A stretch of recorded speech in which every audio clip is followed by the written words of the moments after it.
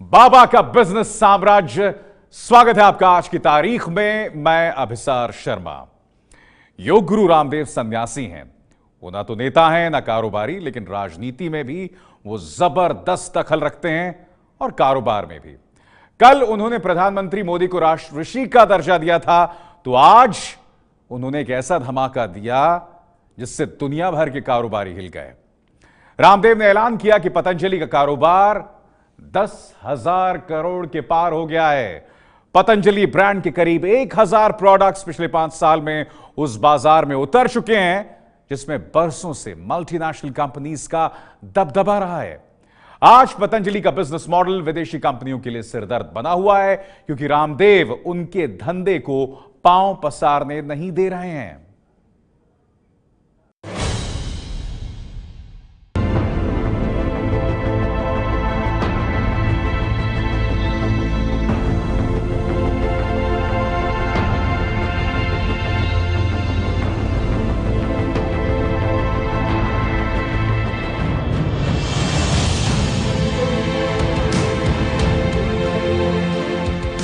बाबा रामदेव का business world Uttarakhand के शहर हरिद्वार से संचालित होता है।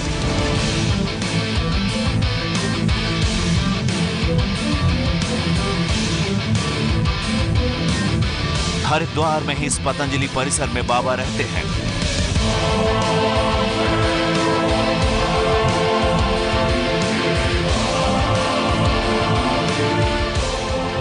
सन्यासी योग गुरु रामदेव ने यहीं से पहले योग गुरु के तौर पर खुद को स्थापित किया।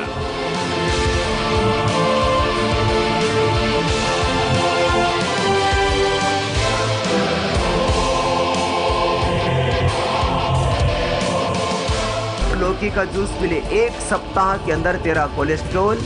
योग और जड़ी बूटियों से लोगों को सेहतमंद बने रहने के रामबाण घरेलू नुस्खे सिखाने वाले बाबा रामदेव आज भी गेरुआ वस्त्र पहनते हैं, सन्यासी जीवन जीते हैं।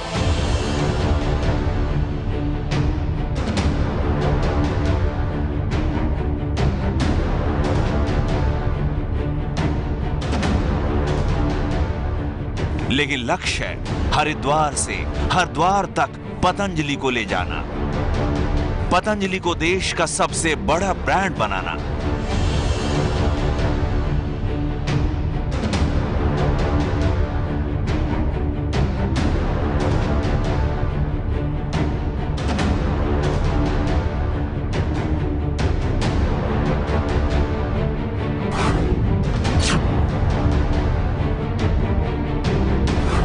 इस बार शायद 1 या 2 कंपनियां पतंजलि से आगे होंगी और 1-2 वर्ष, अधिकतम बता रहा हूं, 1 से 2 वर्ष के कालखंड के अंतराल में पतंजलि देश का सबसे बड़ा स्वदेशी ब्रांड होगा।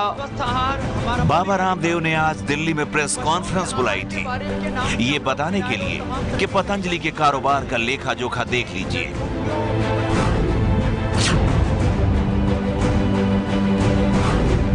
पिछले वर्ष के पतंजलि के टर्नओवर को लेकर के बहुत उत्सुकता, प्रसन्नता, गौरव जहां देशभक्त लोगों में है, वहीं विदेशी कंपनियों में बेचैनी भी है।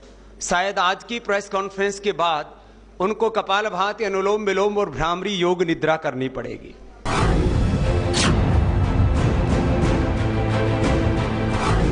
सचमुच बाबा रामदेव ने पतंजलि की कामयाबी की जो कहानी सुनाई है, वो दरअसल उनके और उनके सहयोगी आचार्य बालकृष्ण के कामयाबी की कहानी है। इस जोड़ी ने टूथपेस्ट, साबुन, डिटर्जेंट और किचन के सामान बनाने से लेकर के बेचने तक, यानी कि एफएमसीजी इंडस्ट्री को हिला कर रख दिया है।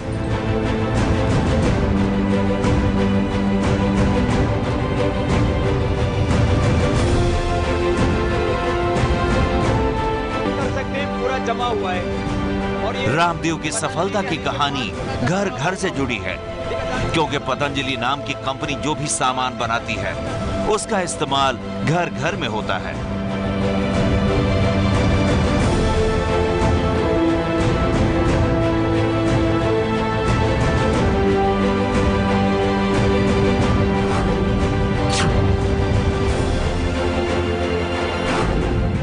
पतंजलि समूह ने पिछले वर्ष 10,561 करोड़ रुपए का टर्नओवर किया है, जो कि एफएमसीजी की दुनिया में अपने आप में एक हिस्ट्री है। और इस नए वर्ष में भी जो हम करने वाले हैं वो भी एक इतिहास बनेगा। पिछले 5 वर्षों से लगभग 100% की गति से पतंजलि ये प्रगति कर रहा है।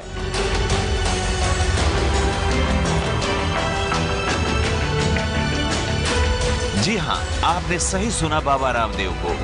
रामदेव ने कहा कि 5 साल पहले शुरू हुआ पतंजलि नाम का कारोबार आज 10,561 करोड़ का हो चुका है। 100% से ज्यादा रफ्तार से तरक्की कर रहा है एक सन्यासी का कारोबार। पतंजलि के बनाए प्रोडक्ट हर दुकान पर बिक रहे हैं, घर घर तक पहुंच रहे हैं।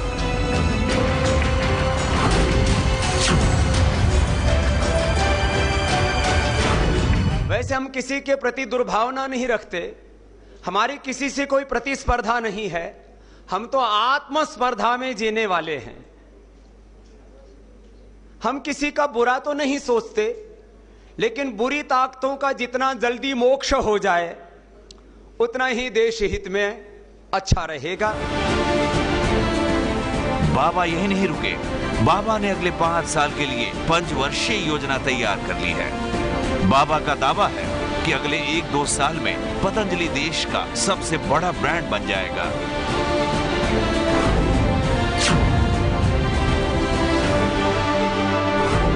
दंतकांति 940 करोड़ रुपए का हमारा ब्रांड हो चुका है।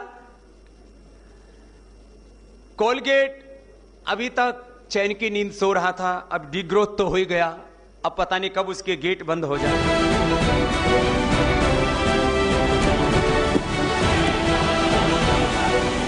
बाबा की नीति आक्रामक है।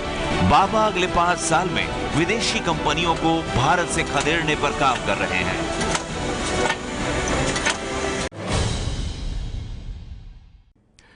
तो पतंजलि में रामदेव ब्रांड एम्बेसडर के अलावा कुछ नहीं है, लेकिन योग सिखाते सिखाते बाबा रामदेव आज देश के कॉर्पोरेट दुनिया के लिए केस स्टडी बन गए हैं। आखिर एक सन्यासी, एक योगी कैसे कंपनी को 10,000 करोड़ की बुलंदी तक पहुंचा सकता है?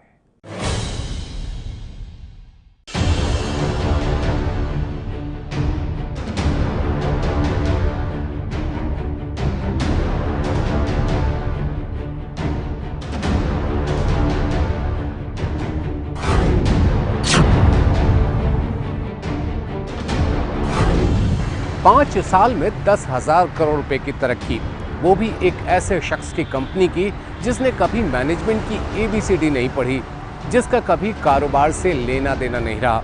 सचमुच में कोई भी सुनेगा तो वो कपाल भारती ही करेगा।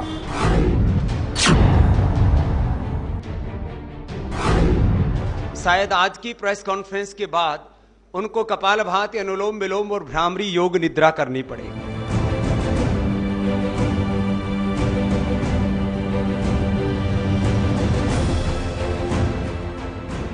बाबा रामदेव पतंजलि के सब कुछ है, कहिए तो मालिक भी हैं और ब्रांड एम्बेसडर भी, लेकिन उनके पास कोई शेयर नहीं है।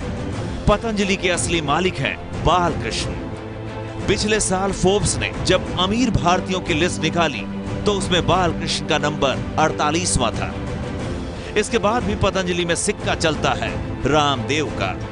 टूथपेस्ट बेचने वाली जिन विदेशी कंपनियों ने दातुन, चारकोल, नीम, हल्दी व नमक आदि प्रकृति के तत्वों को दांतों के लिए हानिकारक बताकर इनका मजाक उड़ाया, आप ऐसे छल कपट करने वालों के झांसे में आएंगे या फिर दंतकांति एडवांस्ड अपनाएंगे?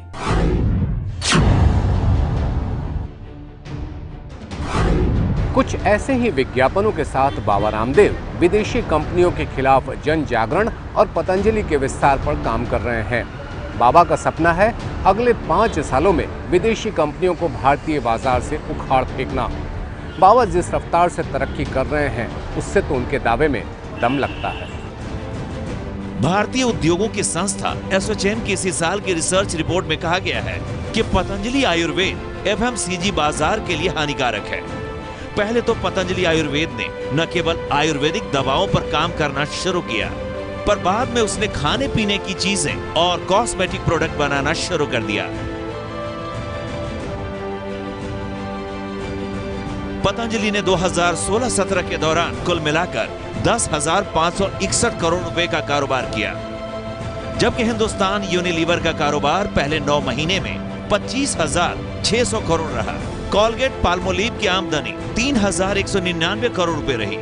दोनों ही कंपनियों के सालाना नतीजों का अभी ऐलान होना बाकी है। डाबर का कारोबार करीब 5,370 करोड़ रुपए हुआ।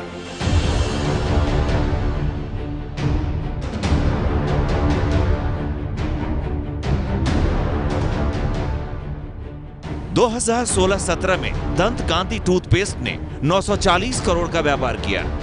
टूथपेस्ट के कारोबार में दंत कांति की हिस्सेदारी 14% हो गई है। 574 करोड़ रुपए का हर्बल बाथ साबुन बेच दिया। शैम्पू बाजार के 14% हिस्से पर पतंजलि का कब्जा हो चुका है।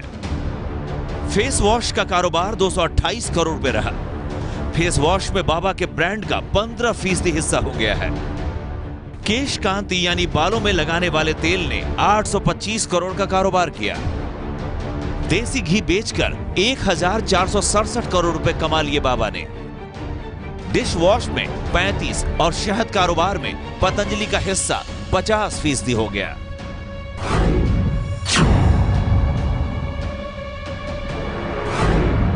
देखो, पिछले 5 सालों से तो पतंजलि 100% की ग्रोथ रेट से आगे बढ़ रहा है, जबकि विदेशी कंपनियां डी ग्रोथ हो रही हैं, तो आगे भी 100 से ऊपर ही जाएगा। बाबा ने आगे के लिए जो बिजनेस प्लान बनाया है वो बाकी कंपनियों के और होश उड़ा देगा। पतंजलि की उत्पादन क्षमता 30,000 करोड़ से बढ़ाकर 60,000 करोड़ रुपए हो जाएगी। डिस्ट्रीब्यूटर की संख्या 6,000 से बढ़ाकर 12,000 हो जाएगी। सामान बेचने के लिए 20 से 25,000 सेल्समैन लिए जाएंगे, जबकि 2,000 से ज्यादा सेल्स ऑफिसर की टीम बनेगी। चावल, आटा और कॉस्मेटिक के लिए 82 नए प्रोडक्ट लॉन्च होंगे। पतंजलि प्रोडक्ट को लेकर रह रहकर विवाद भी उठता रहा है। गोमूत्र के इस्तेमाल के विवाद ने तो धार्मिक एंगल ले लिया। रामदेव ने साफ कर दिया है कि 1000 से भी ज्यादा प्रोडक्ट में से 5 को छोड़कर किसी में गौमूत्र का इस्तेमाल नहीं होता है।